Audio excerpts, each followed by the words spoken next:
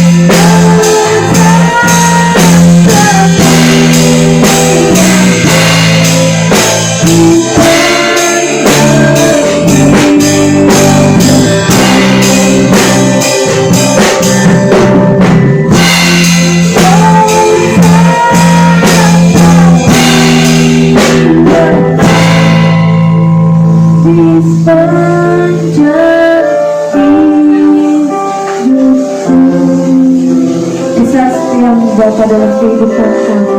Terima kasih Tuhan Yesus. Terima kasih Bapa yang baik.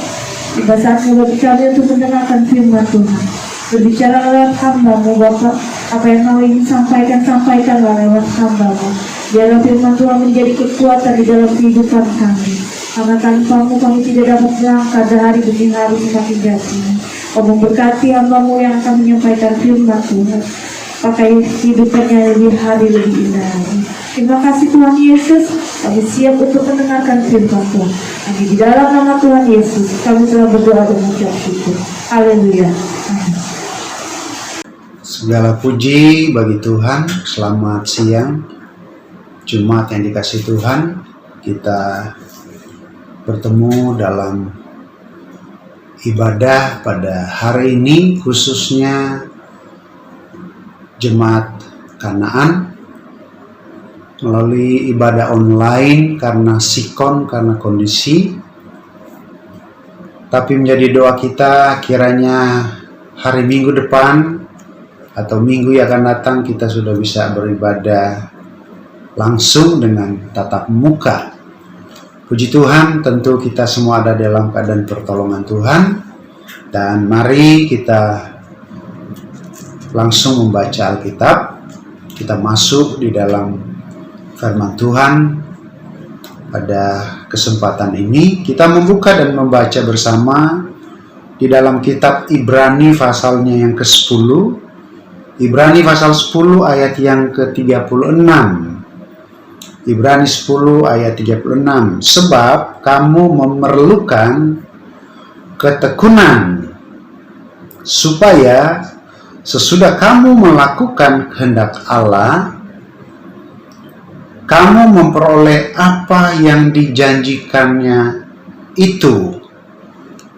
Jemaat yang dikasihi oleh Tuhan, bila kita memperhatikan ayat yang kita baca di sini, maka kita adalah orang-orang yang sangat beruntung, jemaat yang beruntung, karena ada janji yang disediakan oleh Tuhan.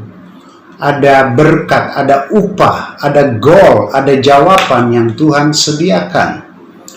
Tetapi untuk mendapatkannya tidak cukup kita hanya sekedar tahu bahwa apa yang kita rindukan itu akan kita dapatkan. Ada cara, ada aturan main yang kalau kita lihat di sini. Yang pertama, apabila kita perhatikan bahwa yang harus kita lakukan adalah melakukan kehendak Allah. Ya, itu rumusan yang mutlak. Melakukan kehendak Allah, bukan kehendak keinginan sendiri, bukan kehendak semau-maunya sendiri, tetapi menurut kehendak Allah, artinya berjalan menurut tuntunan Tuhan, berjalan menurut kemauan Roh Kudus. Ya. Nah, itu yang Tuhan inginkan. Nah, proses di situ adalah apabila kita membaca ayat 36 ini, untuk menjalankan kehendak Allah, tuntunan Roh Kudus, dan menerima apa yang Tuhan janjikan, yang tadi saya katakan kita adalah orang-orang yang beruntung, maka diperlukan, ayat ini berkata, sebab itu kamu memerlukan ketekunan. Perhatikan di sini. Ya, benar kita melakukan kehendak Allah. Tetapi melakukan kehendak Allah ini harus dijalankan dengan cara yang tekun. Kalau kita memperhatikan beberapa pengertian dari kata tekun itu berarti adalah terus-menerus. Ya. Jadi terus-menerus, kemudian tetap, kemudian pengertian berikutnya adalah tahan banting. Tahan banting. pengertian yang berikutnya adalah tidak mudah menyerah.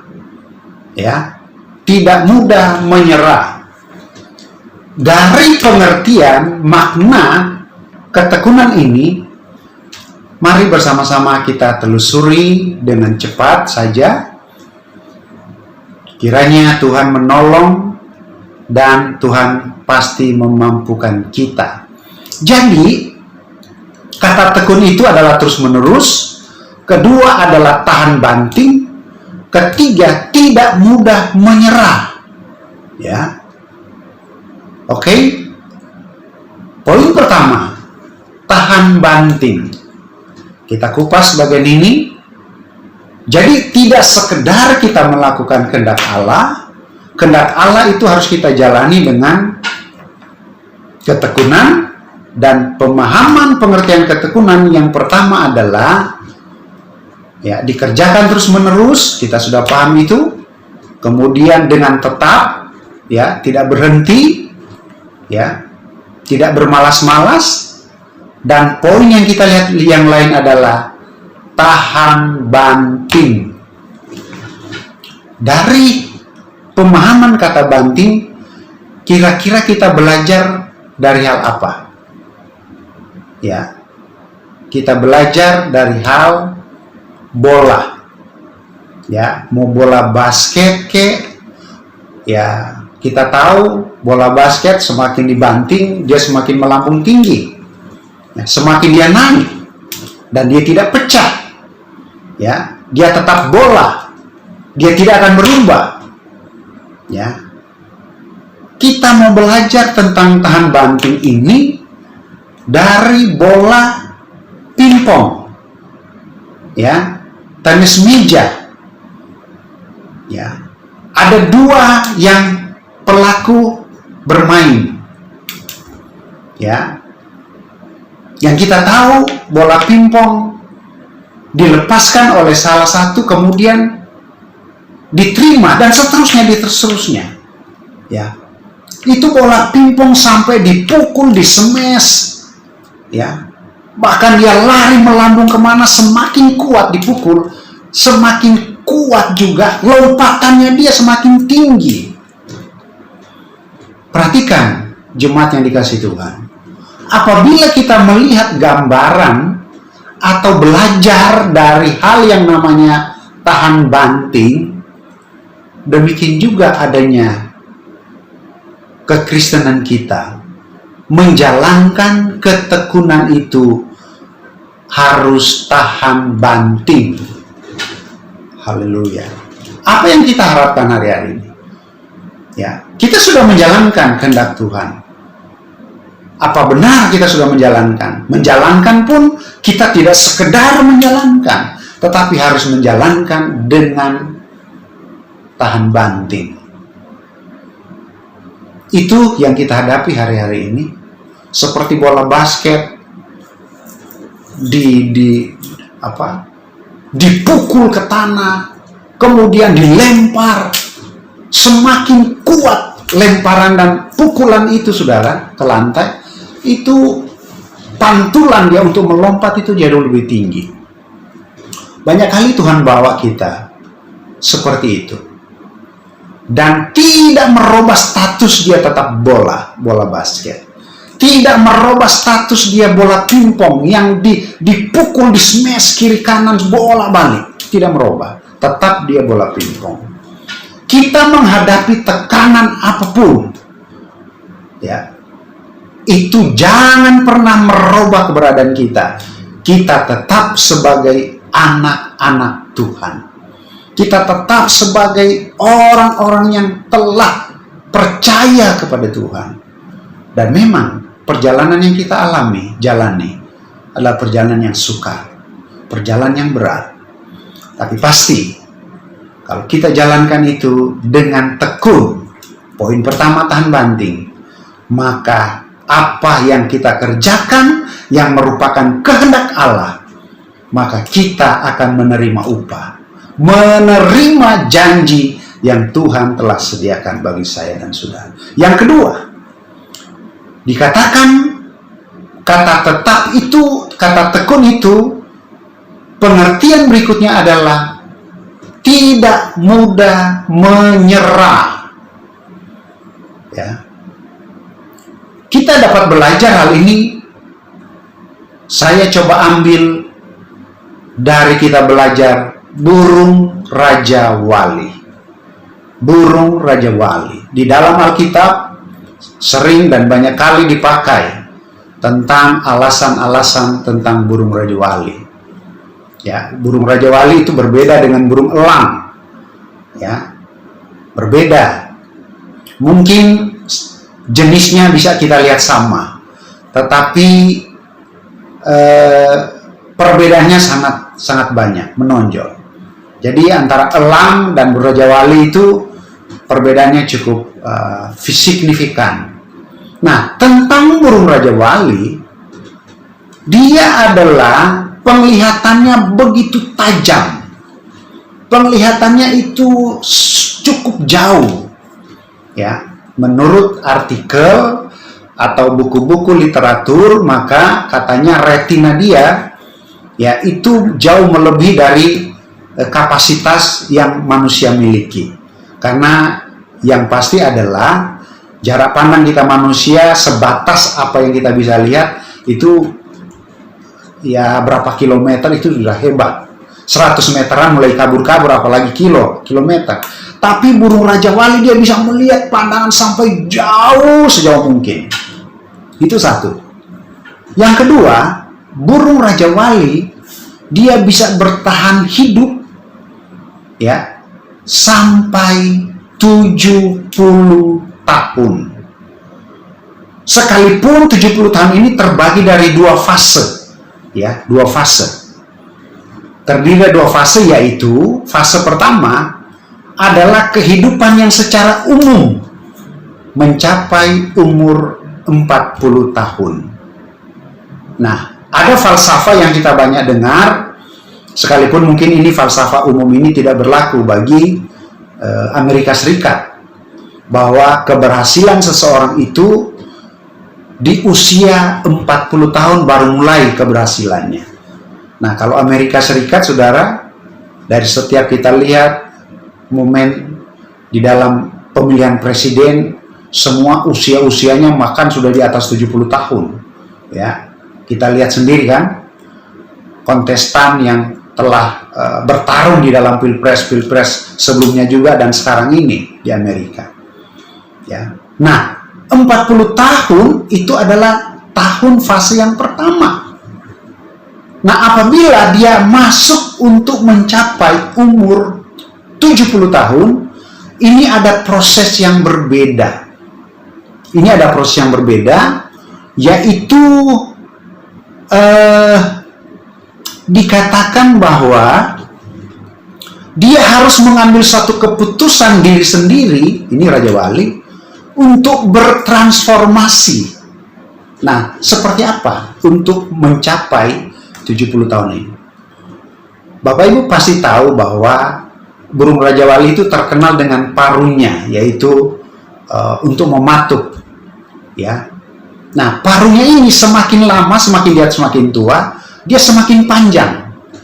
Dia semakin panjang, kemudian ternyata dia melingkar, tidak selalu keluar lurus maksudnya, melingkar.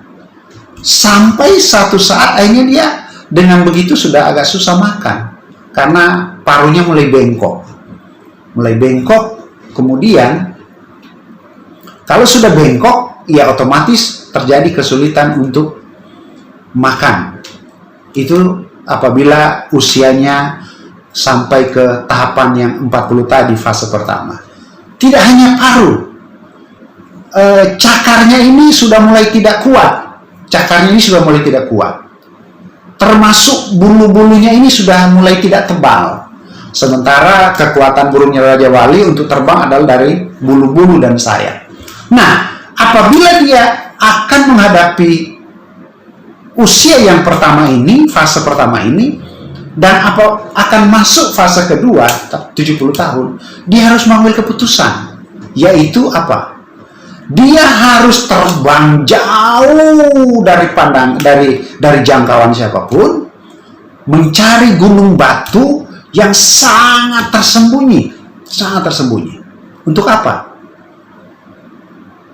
Untuk dia mengambil satu keputusan yang telah dia ambil itu adalah untuk apa? Bisa bertransformasi sampai ke menjadi Raja Wali yang muda lagi. Ya, 70 tahun tetapi Raja Wali yang muda. Kenapa demikian? Parunya yang telah bengkok melingkar, yang sudah sulit makan, dia harus taruh di batu seperti dijepit sampai paruh itu copot. Nah, saudara bisa bayangkan hal-hal seperti itu. Sekalipun sakit, dia harus taruh sedemikian rupa supaya parunya itu keluar, copot. Ya, copot. Nah, kedua, supaya cakarnya ini juga bisa tumbuh cakar yang baru. Nah, jadi setelah parunya itu keluar, copot, mulai tumbuh paruh yang baru. Gunanya untuk apa? Untuk mencopot kuku-kuku yang lama yang sudah nggak berfungsi. Cakar-cakar yang lama tidak berfungsi lagi. Setelah itu semua dia lakukan, cakarnya ini mulai tumbuh lagi kuku baru. Untuk apa? Untuk mencabut rambut-rambut yang lama supaya tumbuh rambut yang baru. Jadi ini tahapan-tahapan. Kalau kita lihat dari artikel, dari buku-buku pinter, dari literatur. Nah, untuk sesuatu yang baru ini, paru, cakar, dan rambut ini, bulu, itu memerlukan yang namanya kurang lebih 150 hari. 150 hari. Berarti itu membutuhkan kurang lebih 5 bulan. 5 bulan. 1 bulan kan 30 hari. 5 bulan. Jemaat yang sekasih dalam Tuhan. Apabila kita belajar dari kata bertekun, ini suatu makna yang sangat dalam buat kita. Burung Raja Wali yang sering digambarkan di dalam Alkitab. Kita akan seperti burung Raja Wali yang terbang tinggi naik. Kita belajar suatu hal yang namanya apa yang harus dilakukan. Ketekunan. Pertama, tahan banting. Kedua, tidak mudah menyerah.